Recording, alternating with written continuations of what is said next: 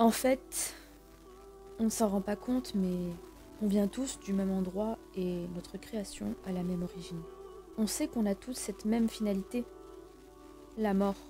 On sait qu'on devra quitter cette terre un jour. Mais quand?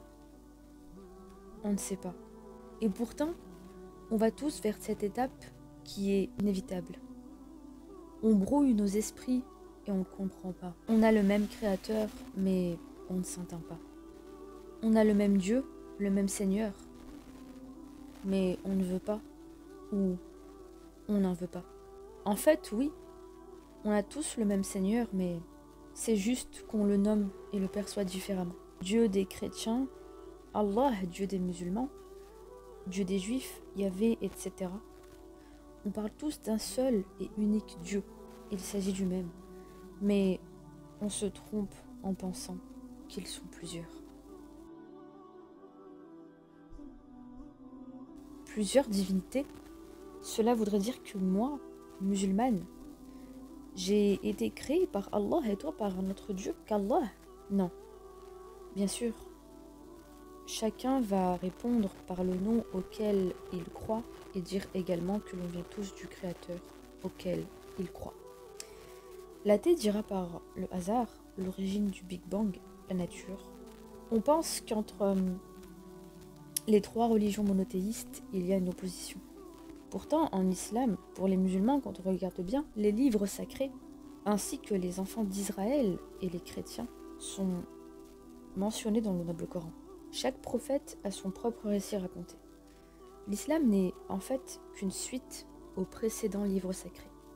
Le Coran confirme que ces livres ont bien existé, mais que l'islam est la religion finale pour toute l'humanité. Elle a simplement été parachevée, clôturée, au moment où le prophète Mohammed, alayhi salatu wassalam, que la paix et le salut d'Allah soient sur lui, a reçu la révélation. Chaque prophète envoyé avant lui est venu avec le même message, ce qui constitue une suite logique. Croire en un seul Dieu unique. Il n'y a donc qu'un seul Dieu et pas deux, pas trois, etc. Car s'il y avait plusieurs divinités, il y aurait eu du désordre sur terre et cela voudrait dire qu'on ne viendrait pas du même créateur. Dieu ne peut pas avoir un égal ni des égaux, car Dieu est au-dessus de tout. S'il y avait plusieurs divinités, l'une d'entre elles serait forcément plus au-dessus des autres. Il y aurait donc une inégalité entre ces divinités et une concurrence, puisqu'elles se consulteraient pour prendre des décisions. Or, Dieu n'a besoin de personne pour prendre des décisions, car il est le seul qui se suffit à lui-même. Et cela voudrait dire que ces divinités ont besoin d'aide et de soutien entre elles. Dieu n'a nullement besoin de tout ça. Nous venons tous du même Créateur et nous retournerons tous à lui, peu importe nos chemins de vie.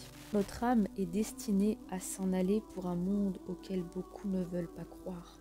Un monde qui effraie ceux qui ne veulent pas quitter cette vie et qui préfèrent oublier cette éventualité, hypothèse, en se perdant dans les distractions de cette vie.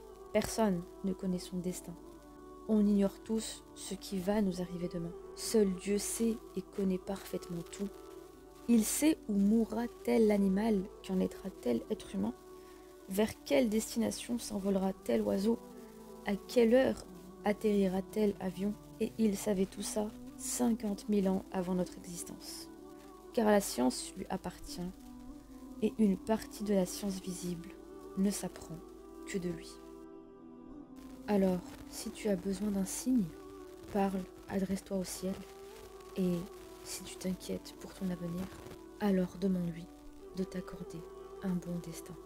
Et ne compte surtout pas sur l'être humain, car il ne sait rien et ne détient aucune science pour t'assurer ce qui t'arrivera demain, ni même t'apporter ce que détient le Seigneur de l'univers entre ses mains, les clés des trésors des cieux et de la terre.